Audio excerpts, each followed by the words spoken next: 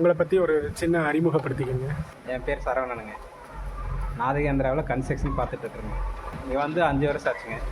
அப்புறம் வந்து மந்திரஜீத யந்திர பிரணாவித்யா அக்னிஹோத்திர கிளாஸு இதெல்லாம் வந்து ஒரு 3 வருஷம் கழிச்சு தான் அவர்கிட்ட நான் வந்து அட்டன் பண்ணிக்கிறேனுங்க. அதுக்கு பிறகு அட்டன் பண்ணி கண்டினியூவாக வந்து நான் இங்கே தான் ஒர்க் பார்த்துட்டு இந்த நாதகேந்திரா சூழலில் இங்கே இருக்கிற ஒர்க்கை அத்தனையும் பார்த்துட்டு இங்கே இருந்துகிட்ருக்குறேங்க. குருக்கிட்ட உங்களுக்கு பிடிச்ச 2 விஷயம் சொல்கிறதா இருந்தால் என்ன 2 விஷயங்கள் சொல்லுவீங்க? எல்லாமே குருக்கிட்ட பிடிச்சிருக்குது. தனிப்பட்ட அந்த தனியாக ஒரு விஷயத்த சொல்ல தெரியல. டோட்டலாக எல்லாமே பிடிச்சிருக்குது குருவை பற்றி. குருவை பற்றி ஒரு வார்த்தையில் சொல்கிறதா இருந்தால் என்ன சொல்லுவீங்க? குருவை பற்றி ஒரு வார்த்தையில் சொல்கிறதுன்னா வந்து குரு மந்திரம் தான். அதை நான் வந்து வெளியே சொல்ல முடியாதுங்க.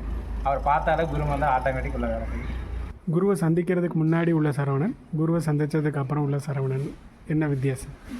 குருவை சந்திக்கிறதுக்கு முன்னே இருந்த சரவணன் வந்து 0வாக தான் இருந்தேன். குருவை சந்தித்த பிறகு இருக்கிற சரவணன் வந்து நல்லா வளர்ச்சி ஆற்றல் இருக்கும்.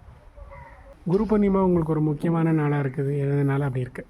குரு எங்களுக்கு மந்திர சாஸ்திர பயிற்சி கொடுத்துருக்கிறாரு. நல்ல ஆற்றலாக இருக்குது.